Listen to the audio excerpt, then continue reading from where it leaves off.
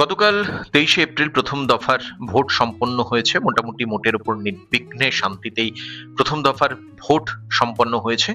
তৃণমূল কংগ্রেস এবং বিজেপি তারা উভয়ই বলছে যে প্রথম দফার নির্বাচনে তাদের দিকেই মানুষের রায় গিয়েছে এবং তার পরদিন সকালবেলায় চমক দিলেন প্রধানমন্ত্রী নরেন্দ্র মোদী। তিনি লোকভবনে ছিলেন, লোকভবন থেকে সকালবেলা সরাসরি তিনি প্রিন্সেপ ঘাট মুখী।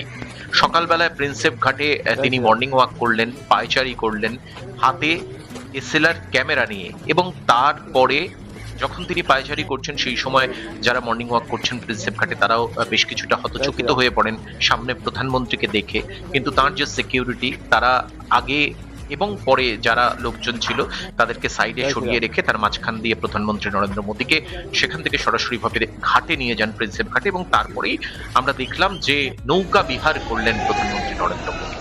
গতকাল তিনি হাওড়া থেকে কলকাতায় যখন মিছিল করেছেন সেই মিছিলের কথা টেনে এনেছেন নৌকা বিহার করতে করতে প্রধানমন্ত্রী। তিনি বলেছেন যে গতকাল এই হাওড়া ব্রিজের উপর দিয়েই আমি হাওড়া থেকে কলকাতা মিছিল করেছিলাম, আজকে ভাগীরথীর বুকে থেকে আমি আজকে হাওড়া ব্রিজকে দেখছি। এভাবেই নরেন্দ্র মোদীর নৌকা বিহার ভোটের এই মরশুমে যথেষ্টই তাৎপর্যপূর্ণ বলে মনে করছে রাজনৈতিক মহল। এর আগে ঝাড়গ্রামে তিনি ঝালমুড়ি খেয়েছিলেন এবং তিলোত্তমা নগরী শহর কলকাতায় তিলোত্তমার বুকে তিনি ভেসে বেড়ালেন গঙ্গাবক্ষে। এবং এই গঙ্গাবক্ষে ভাসতে ভাসতে প্রধানমন্ত্রী নরেন্দ্র মোদী তিনি শহর কলকাতা তিলোত্তমা নগরীর ছবি তুললেন, সিভিলাইজেশনের কথা বললেন। সিভিলাইজেশনের সঙ্গে গঙ্গার যে অবিচ্ছেদ্য সম্পর্ক রয়েছে বাংলার আত্মার সঙ্গে এই ভাগীরথী বহমান, সে কথা তিনি প্রকাশ করেছেন।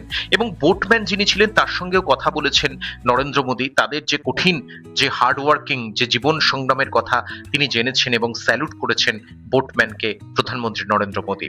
স্থানীয় মানুষের সঙ্গে কথা বলেছেন এবং এই নদীর বুকের মধ্যে বসেই বাংলার প্রতি তাঁর সরকারের দায়বদ্ধতা এবং উন্নয়নের আশা প্রকাশ করেছেন, নিজে পোস্ট করেছেন প্রধানমন্ত্রী নরেন্দ্র মোদী। এবং বিদ্যাসাগর সেতু ও হাওড়া সেতু ক্যামেরাবন্দি করতে পেরেছে তিনি ভীষণভাবে আপ্লুত, সে কথাও জানিয়েছেন শ্রী মোদী। সোশ্যাল নেটওয়ার্কিং সাইটে এই গঙ্গা ভ্রমণ বা নৌকা বিহারের পর প্রধানমন্ত্রী নরেন্দ্র মোদী তিনি নিজে সেই ছবি পোস্ট করেছেন সোশ্যাল নেটওয়ার্কিং সাইটে। কি লিখেছেন তিনি লিখেছেন, প্রত্যেক বাঙালির কাছে গঙ্গা একটি অত্যন্ত বিশেষ স্থান অধিকার করে রয়েছে। বলা যায় গঙ্গা যেন বাংলার আত্মার মধ্য দিয়ে প্রবাহিত হয়। পবিত্র গঙ্গা জল সমগ্র সভ্যতার চিরন্তন চেতনা বহন করে চলেছে। আজ সকালে কলকাতায় আমি হুগলি নদীর তীরে কিছু সময় কাটিয়েছি মা গঙ্গার প্রতি কৃতজ্ঞতা প্রকাশের এক সুযোগ হিসেবে। এছাড়াও দেখা হয়েছে প্রাতঃভ্রমণকারী ও নৌকা চালকদের সঙ্গেও। নৌকা চালকদের কঠোর পরিশ্রম সত্যি প্রশংসনীয়। হুগলির তীরে দাঁড়িয়ে পশ্চিমবঙ্গের উন্নয়ন এবং মহান বাঙালি সমাজের সমৃদ্ধির লক্ষ্যে কাজ করার আমাদের অঙ্গীকার। বিজেপির second in command Amit Shah, তিনি এই ভোটের সময় এক সপ্তাহের বেশি সময় তিনি কলকাতায় থাকেন এবং এখান থেকেই স্পষ্ট যে প্রথম দফা নির্বাচনের পরে যতটা কনফিডেন্ট দেখাচ্ছে বিজেপি নেতৃত্বকে প্রধানমন্ত্রী নরেন্দ্র মোদী থেকে অমিত শাহ পর্যন্ত। এবং সকালের আলো ফুটতে না ফুটতেই লোকভবন থেকে সরাসরি ভাবে প্রিন্সেপ ঘাট এবং তারপরে নৌকা বিহারে প্রধানমন্ত্রী নরেন্দ্র মোদী ফুরফুরে মেজাজে এবং খুব সুপরিকল্পিতভাবে কৌশলী রাজনৈতিক ভঙ্গিতে আগামী সময়ে পশ্চিমবঙ্গের দেখভাল করবার কথাটাও ভাসিয়ে দিলেন গঙ্গার বহমানতার সঙ্গেই প্রধানমন্ত্রী নরেন্দ্র মোদী। প্রথম দফার ভোট গ্রহণের পরেই প্রধানমন্ত্রী নরেন্দ্র মোদীর মন্তব্য ছিল, অনেক জেলায় খাতা খুলতে পারবে না তৃণমূল কংগ্রেস, বাংলায় পরিবর্তনের ঝড় উঠেছে।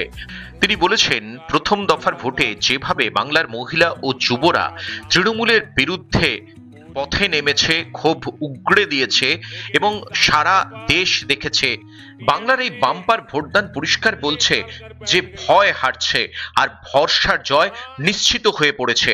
ঠিক 10 দিন পরে যখন ভোট গোনা হবে তখন আমার বিশ্বাস সেই সময় চারদিকে শুধুই পদ্ম আর পদ্মই ফুটবে, বলছেন প্রধানমন্ত্রী নরেন্দ্র মোদী। और मैं आज कृष्णानगर में देख रहा हूं, जैसे हमारे पूर्वजों ने गुलामी की जंजीरें तोड़ी थी, वैसे ही बंगाल की जनता निर्मम सरकार की बनाई भय की बेड़ियों को तोड़कर फेंकने जा रही है।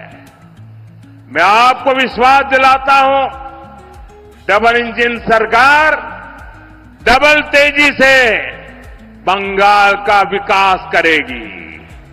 इसके लिए इन सभी साथियों को हर बूथ पर विजयी बनाना होगा।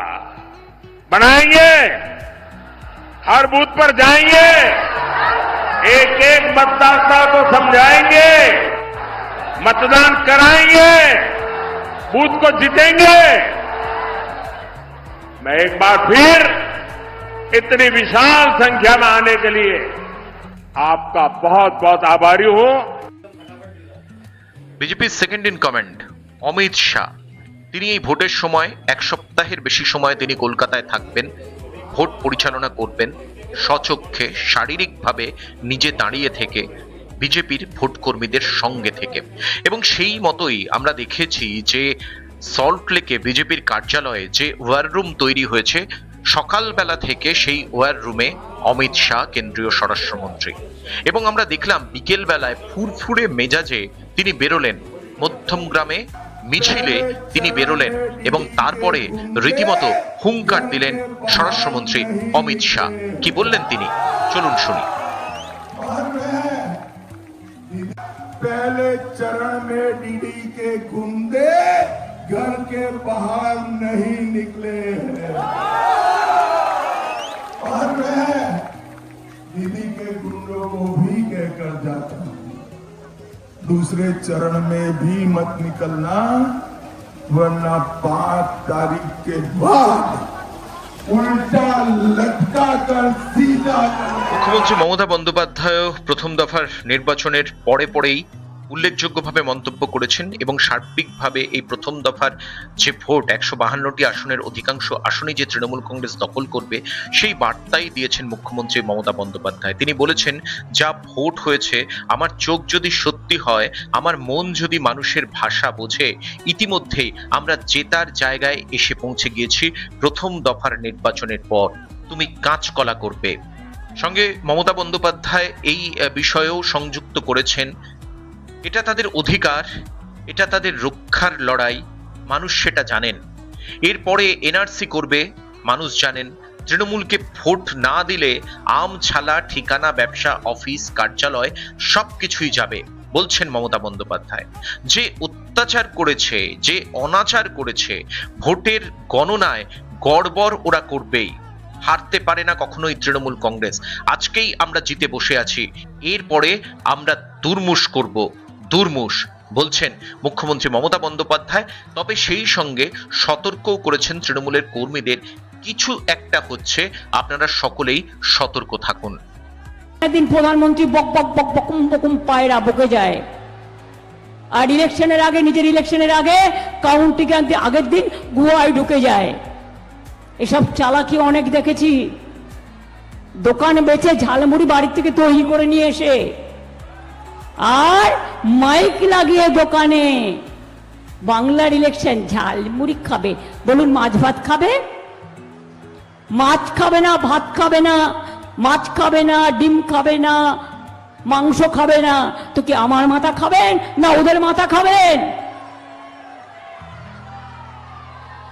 আমি বলি, বাংলায় এসে সোনার বাংলা বলতে হলে বাংলার লোকেরা মাছে ভাতে থাকে, দুধে ভাতে থাকে। খাবেন নাকি একটু মাছের ঝোল, মাছের ঝাল টক, মাছ ভাজা, চিকেন কারি একটু করে দেব? আমি নিজের হাতে রান্না করে দেব। কবে খাবেন বলুন? আর আপনাদের খাবার আমাকে যেটা বলবেন, আমি কিন্তু সবটা খাই। আমি সবার খাবারই পছন্দ করি, সবার ভাষাই পছন্দ করি। কাজেই বাংলার অস্তিত্ব রক্ষার লড়াই, আপনার খাদ্য রক্ষা করার লড়াই, আপনার বাচ্চাদের ভবিষ্যৎ রক্ষা করার লড়াই, আপনার ঠিকানা রক্ষা করার লড়াই, আপনার সম্মান রক্ষা করার লড়াই, এই লড়াইয়ে আপনাদের জিততে হবে। তৃণমূল কংগ্রেসের সর্বভারতীয় সাধারণ সম্পাদক অভিষেক বন্দ্যোপাধ্যায় তিনি বলেছেন যে বহু জায়গায় ত্রুটিপূর্ণ ইভিএম পাঠিয়েছিল ইলেকশন কমিশন। মানুষ ঘন্টার পর ঘন্টা অপেক্ষা করে লাইনে দাঁড়িয়ে থেকে ফিরে গিয়েছেন। আমরা ফের তাদের বুথে এনেছি। এই ঘটনা 29শে এপ্রিল সেকেন্ড ফেজেও হতে পারে তেমনই সম্ভাবনা রয়েছে। তাই অনুরোধ করছি, বিজেপিকে উপযুক্ত জবাব দিতে হলে সকলে নিজের ভোট দিন, আর আমরা সঙ্গে থাকবই। ইভিএম এর দিকে বিশেষভাবে নজর রাখুন, বলছেন অভিষেক বন্দ্যোপাধ্যায়। 3:30 ঘুমাতে গেছি, ভোর 5টায় উঠেছি। 5টা থেকে প্রত্যেকটা বুথে আমার কন্ট্রোল রুম, আমার অফিস আজকে কানেক্টেড ছিল। প্রথম দফায় ভোটে আজকে বিজেপির রফা দফা করে দিয়ে এসছি। সব তালা চাবি লাগানো, সব গুন্ডাদের বাড়িতে। গতবারে যা করেছিল আমি সুদে আসলে তুলেছি, বলছি বাকিটা 4 তারিখের পরে। 60% ভোট 2024-এ বা 21-এ দেখেছিলেন আপনি এই সময়তে দাঁড়িয়ে এইটুকু টাইমে 60%। 79% টোটাল পোল হয়েছে। তার মধ্যে মুসলিম বুথে পোল হয়েছিল 92%, হিন্দু বুথে পোল হয়েছিল 74%। এবার তো হিন্দু বুথে তো এক্ষুনি পড়ে গেছে 60-65%। এটা পরিবর্তনের signal, clear signal. People camp out their houses and they cast their vote in favor of Lotus.